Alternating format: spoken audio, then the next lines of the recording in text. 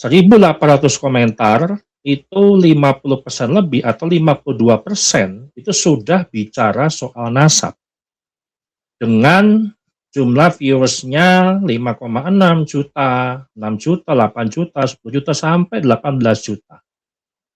Kalau kita bicara subscribernya Deddy Corbuzier itu 25 juta, dengan yang nonton saja dalam durasi waktu setahun setelah 18 juta, berarti sudah setengah lebih subscribernya itu untuk melihat video.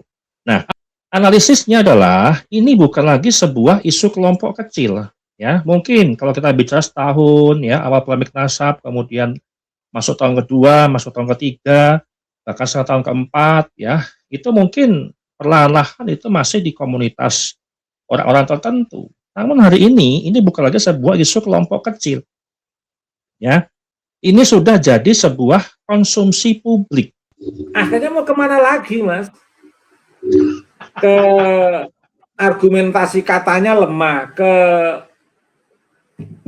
argumentasi surah wal istifadah lemah, ke argumentasi ijma lemah, ya ke Bang Deddy Corbuzier lah, Mas, ke para artis lah. Para artis itu kan nggak apa-apa lah, namanya dunia. Ya memang lebih baik begitu, Mas. Lebih baik membahas nasab ba'alwi itu kalau nggak bisa dipertanggungjawabkan secara dari tiga hal itu tadi, nggak bisa nembus dari segi logika, dari segi surah wal istifadah, nggak bisa nembus dari segi ijma ulama, ya dari entertainment lah, Mas, hiburan, nggak apa-apa. Itu namanya kompensasi. Tetapi kalau tidak segera introspeksi, malah mengumbar di dunia entertainment terkait dengan nasab ba'alwi yang dipaksa-paksa tersambung ke Nabi, itu nanti akhirnya akan memperpanjang komedian. Bismillahirrahmanirrahim. Assalamualaikum warahmatullahi wabarakatuh. Sahabat Charlie dimanapun berada, tentu teman-teman pernah melihat satu channel, ya, yang viewsnya sampai jutaan, dari 5 juta, 6 juta, 8 juta, 10 juta, sampai 18 juta orang nonton dalam satu podcast gitu ya. Nah, tapi pertanyaan sederhananya adalah, apakah jutaan views, ya, jutaan viewers itu yang saat itu dikatakan percaya, atau cuma sekedar penasaran dengan sesuatu hal yang dibicarakan dalam acara podcast? Karena hari ini yang viral itu belum tentu benar, dan yang benar juga belum tentu viral gitu ya. Nah, saya tidak dalam pembahasan dan membahas hal ini hanya dengan membawa suatu opini, tapi saya membawa sebuah data.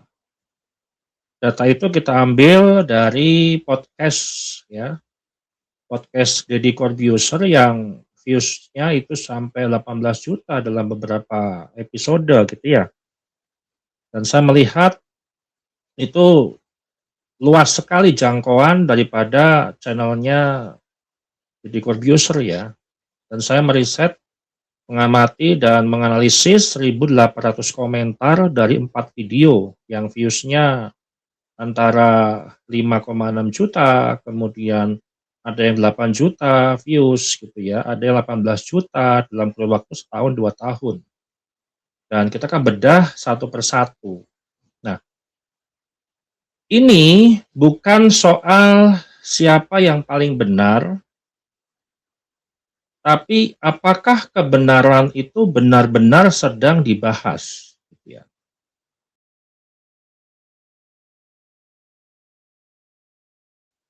Nah, yang pertama mau saya sampaikan, tentunya kita bicara metodologi.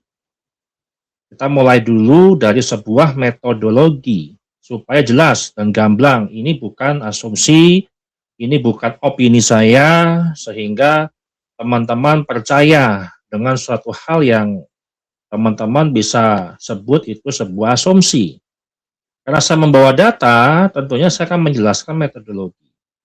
Nah, 1.800 komentar itu dianalisis secara manual dan semi otomatis. Kemudian saya memberikan sebuah sampel 4 video podcast, ya. Kemudian saya klasifikasi baik yang pro, netral, dan kritis gitu ya. Dan saya menggunakan keyword trackingnya adalah nasab, habib, dan bukti. Itu sebagai kita menelusuri untuk kita dapat menganalisis. Nah, kita tidak ambil semua yang ada di sosial media, tapi cukup untuk membaca satu hal penting. Kita akan membaca arah pikiran daripada publik hari ini. Data kecil itu bisa menunjukkan tren yang besar. Ya. Data yang saya sampaikan itu bisa memberikan sebuah tren besar. Kalau dibaca dengan benar, kalau dibaca bukan dengan emosional, kalau dibaca itu dengan metodologi, itu pasti akan paham. Beda dengan komentar-komentar yang selalu menyudutkan penelitinya, menyudutkan subjeknya, atau orangnya, atau sayanya, tapi tanpa mau membedah isi, data, argumentasi, dan metodologi yang ada.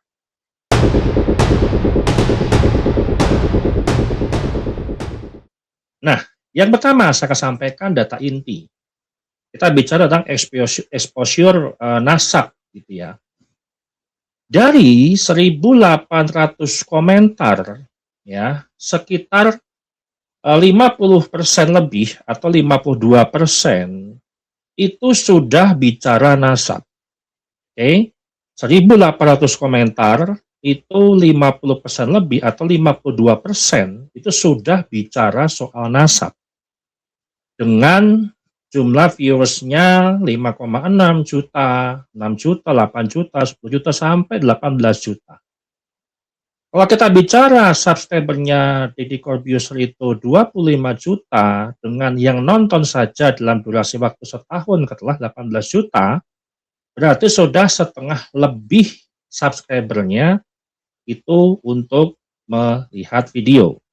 Apakah itu subscribernya saja atau hanya sekian persen subscriber? Kita akan bahas di berikutnya gitu ya. Nah, artinya apa? Kalau kita bicara 50% lebih atau sekitar 52% itu yang membicarakan soal nasab. Nah, analisisnya adalah ini bukan lagi sebuah isu kelompok kecil. Ya, mungkin kalau kita bicara setahun ya, awal polemik nasab, kemudian masuk tahun kedua, masuk tahun ketiga, bahkan tahun keempat ya, itu mungkin perlahan-lahan itu masih di komunitas orang-orang tertentu. Namun hari ini bukan lagi sebuah isu kelompok kecil. Ya. Ini sudah jadi sebuah konsumsi publik.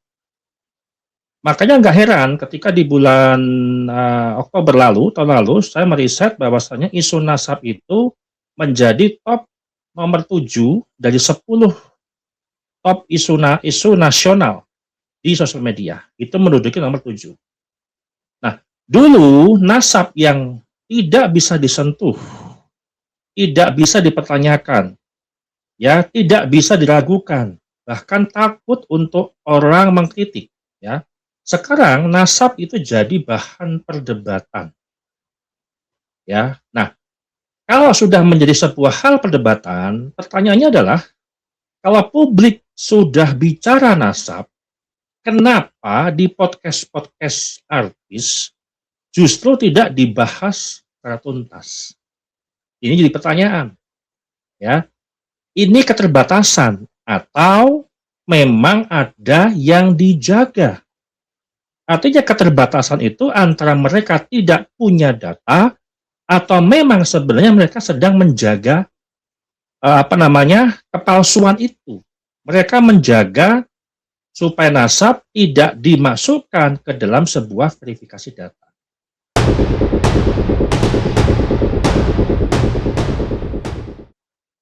Nah, Kalau kita melihat sebuah distribusi opini publik, sekarang kita masuk ke dalam distribusi opini publik, ya.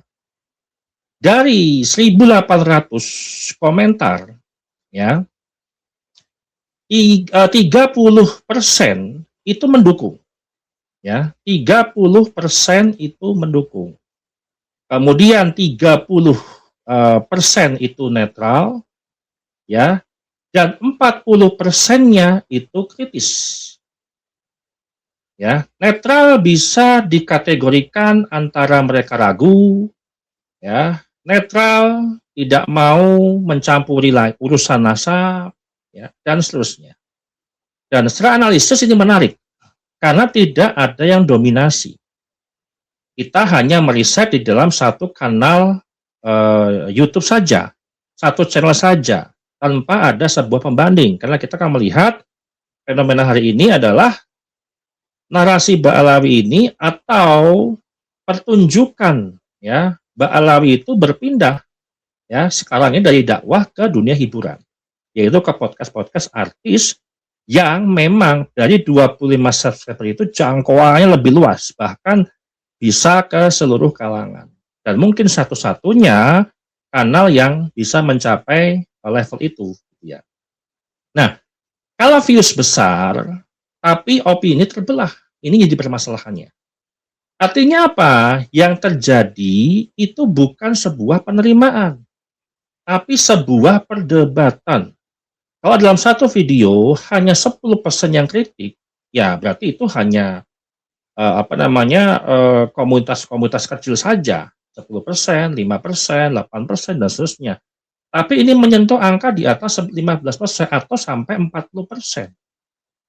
Nah, ketika kita bicara views versus kebenaran, atau views itu adalah bukan suatu kebenaran.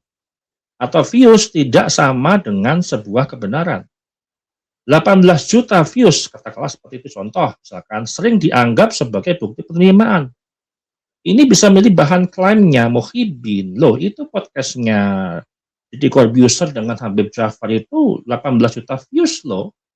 Berarti orang menerima gitu ya. Artinya hal ini bertolak belakang dengan logika sebenarnya. 18 juta views katakanlah sering dianggap mereka adalah bukti penerimaan. Padahal sebenarnya tidak sesederhana itu. Nah, analisisnya bagaimana? Mayoritas penonton itu bukan subscriber. Ya. Contoh, subscriber saya itu adalah 17.000 hari ini. Tapi yang nonton itu bisa sampai 100.000 views dalam jangka waktu misalkan 3, 4, 5 hari. Artinya ya 83.000 views orang itu bukan dari subscriber. Ada orang yang secara tidak sengaja mengklik atau masuk ke beranda, kemudian viral, ya, algoritma mendorong konten-konten yang viral, topik sensitif itu mempunyai intensitas klik yang sangat tinggi, ya sehingga dia bukan subscriber, dia juga ikut nonton. Nah, kalau kita bicara 18 juta orang yang menonton, bukan berarti 18 juta itu orang percaya. Kalau logika Kibin kan begitu. Seperti halnya haul Habib, majelis Habib itu masih ramai. Oh, berarti banyak yang mendukung. Inilah bukti bahwasanya Ba'alawi masih dipercaya sama publik. Ini logika salah. Logika yang salah kaprah. Ya, artinya kalau saya sebut logika yang jahil murakkab bahkan. Karena menganggap sebuah kerumunan itu dianggap sebuah kebenaran, ya. Nah, yang kita bahas ya, yang besar hari ini itu bukan suatu kebenaran, tapi sebuah perhatian. Kita garis bawahi. Yang besar hari ini itu bukan sebuah kebenaran, tapi sebuah perhatian. Perhatian siapa? Perhatian publik. Dan ini bukan sebuah kemenangan kebenaran. Ini adalah kemenangan sebuah algoritma. Ya. Nah, sekarang kita akan pecah. Ya. Yang menjadi pertanyaan inti tadi, artinya 52% itu bicara nasab. 48% yang tidak bicara nasab. Artinya 52% dari 18 juta views, katakanlah dengan sampelnya 1.800 komentar, itu adalah orang yang terpapar isu nasab yang diawali di tahun 2023. Nah, kita akan masuk ke dalam analisis level lebih dalam. Kita bicara multi layer. Bukan sekadar angka saja yang saya sampaikan, persentase 52%, tapi sebenarnya siapa sih yang mendorong exposure itu dan bagaimana struktur terbentuk? Ini yang penting. Kalau kita bicara angka saja tanpa mengetahui angka itu muncul, siapa yang mendorong dan bagaimana struktur terbentuknya, ya.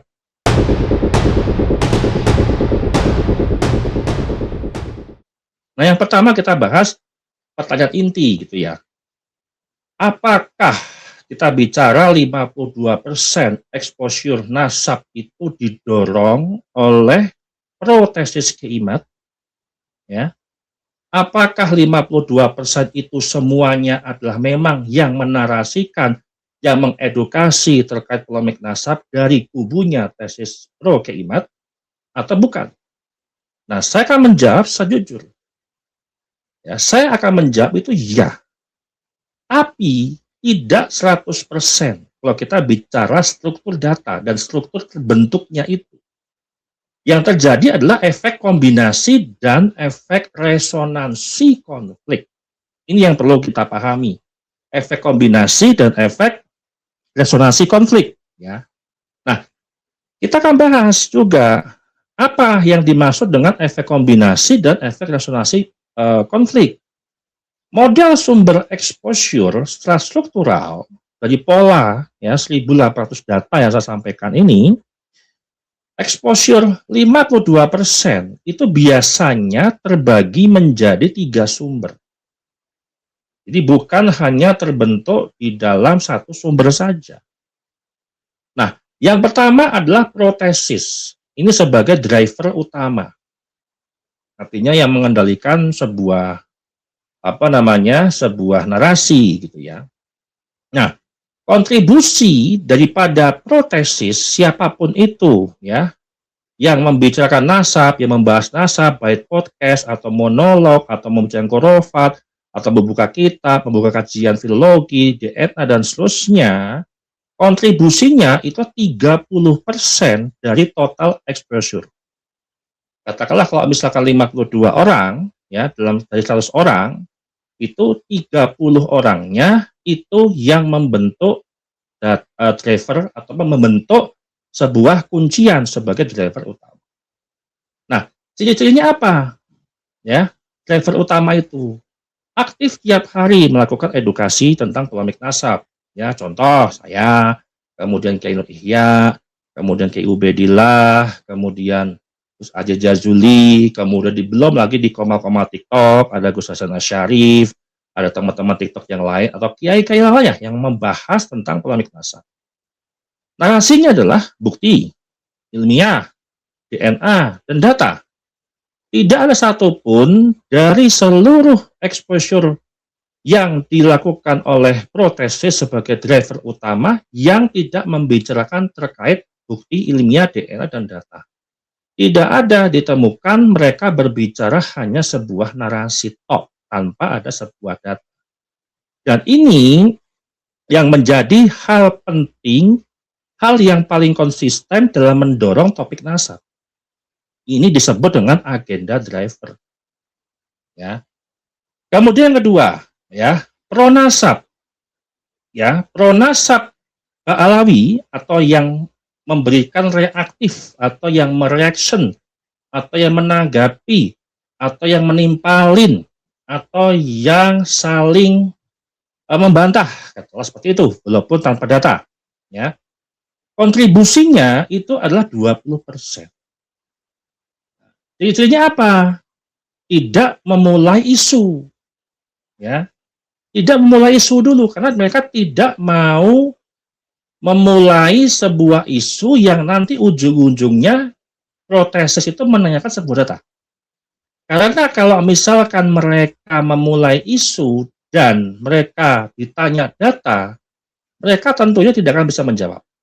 Ya. Ketika driver utama protesis memberikan sebuah narasi edukasi, maka ada reaksi dari kelompok Ba'alawi atau kelompok kibin-kibin. Ya, mereka membalas dan membantah. Kemudian alih-alih juga mereka membawa nama ulama dan otoritas. Nah, ini disebut dengan counter amplifier.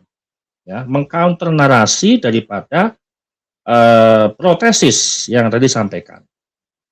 Kemudian yang ketiga adalah publik netral. Nah, ini penyebar. Publik netral di sini adalah sebagai penyebar. Kontribusinya itu adalah 50%. Ya, 50%. Ciri-cirinya apa? Ya, bertanya, ya, kemudian ikut menyebarkan tanpa posisi yang jelas, atau men-share, ya, atau re-upload dan seterusnya. Mengulang isu-isu yang sudah viral selama 3 tahun, 4 tahun ini. Nah, ini yang disebut dengan organic spreader. Artinya apa? 50% publik netral itu yang mengamplifierkan atau menyebarkan data dari driver utama dan data dari reaksi atau daripada kelompoknya Ba'alawi. Dari seluruh views yang tadi saya sebutkan 18 juta dalam satu video, ya 50%-nya itulah yang mereka secara organik menyebarkan. Secara organik memberikan sebuah copy paste ataupun memberikan sebuah re-upload atau mereply ataupun mengirimkan ataupun ke banyak komunitas yang lain.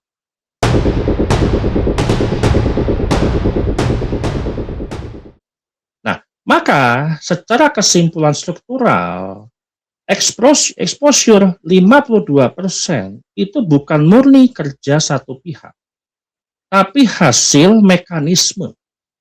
Baik protesis sebagai pihak yang melempar isu, kemudian pro Ba'alawi itu sebagai reaksi defensif, dan pihak netral yang ikut menyebarkan.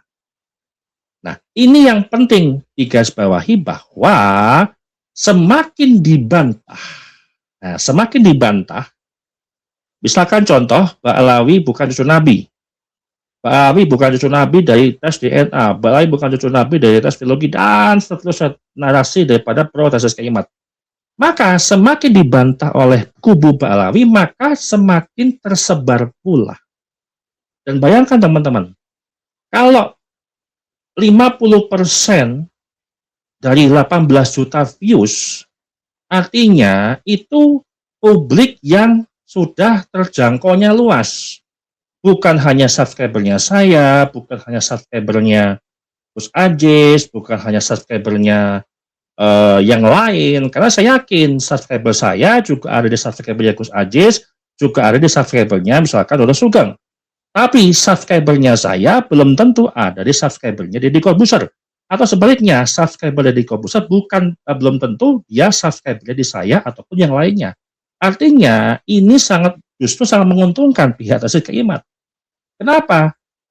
Semakin masuk ke dalam dunia hiburan dengan jutaan views, dengan jutaan subscriber, ya, maka akan memberikan dampak polemik nasab itu tersebar semakin luas. Nah, analisis kritisnya adalah, ini poin penting yang tajam yang mungkin perlu saya sampaikan ke teman-teman. Kalau hanya protesis yang bicara, ya, protesis yang ngomong doang nih, ya, exposure itu tidak akan tembus di angka 52%. Ya. Karena ada sebuah pembantahan, ya, ada balasan, ada perdebatan, dan ada yang dipertahankan dari pihak Ba'alawi, maka exposure itu naik menjadi 52%.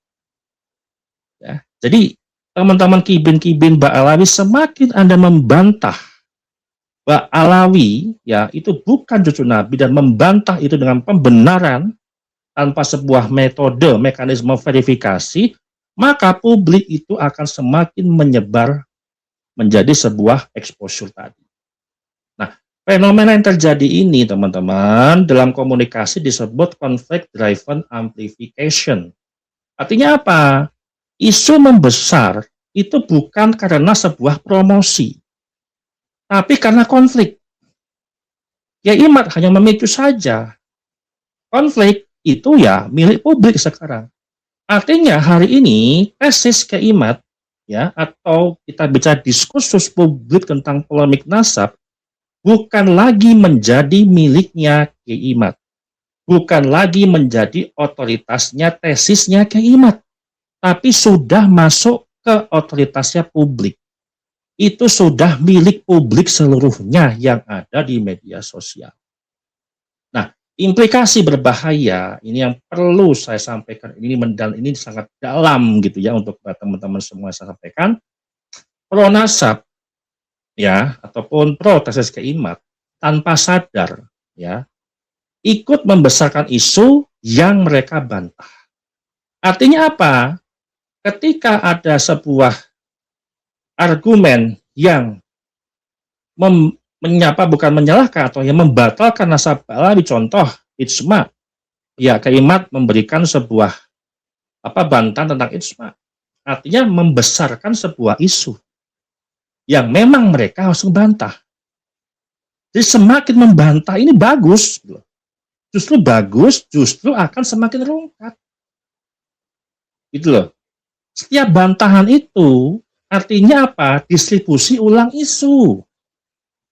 Ini keuntungannya justru. Kalau teman-teman Kibin itu diam, teman-teman Kibin itu legowo menerima Pak Ali bukan cucu Nabi, ya publik juga ataupun netral, publik netral yang organik tidak akan melakukan penyebaran informasi isu ini. Karena teman-teman Kibin membantah dengan segala daya dan upaya, mau glorifikasi kayak, mau pembenaran kayak, ya, maka isu polemik nasab itu akan semakin besar. Dan di sini posisi pro tesis Kiai Imad, mereka itu menang di dalam posisi konsistensi sebuah narasi. Narasi saya, narasi Kiai Imad, narasi Kiai Ubed, narasi Kiai Alawi, narasi Dr. Sugeng, narasi Gus Aceh, dan seluruh yang mendukung pro tesis Kiai Imad, baik dari kalangan ulama ataupun akademisi, itu narasinya konsisten. Tidak ada standar ganda. Bedakan dengan Ba'alawi yang selalu bernarasi standar ganda tanpa melakukan sebuah pembuktian. Kemudian kedua, fokus terhadap isu nasab saja fokusnya. Dan mereka disiplin komunikasi akademik, mempunyai kode etik akademisi, tidak menghina ataupun tidak merendahkan keilmuan ataupun merendahkan kepakaran orang lain dan seterusnya. Bukan berarti mereka itu dominan secara jumlah ya, tapi dominan dalam mengarahkan sebuah. Nah, intinya teman-teman saya sampaikan 52% exposure itu bukan karena satu pihak yang kuat. Tesis Kiai Imad bukan lagi milik Kiai Imad, tapi sekarang itu milik publik. Publik yang punya hak, ya. Karena dua pihak saling membesarkan isu yang sama. Yang satu menyerang, yang satu membalas, dan publik menyebarkan. Artinya dalam hal positif, ya. Menyerang artinya itu membantah klaim mereka, tapi mereka membalas dengan sebuah pembenaran untuk mempertahankan otoritas nasab. Akhirnya yang menang bukan siapa yang benar, tapi topiknya apa. Demikian dari saya kata ucapkan. Wassalamualaikum warahmatullahi wabarakatuh.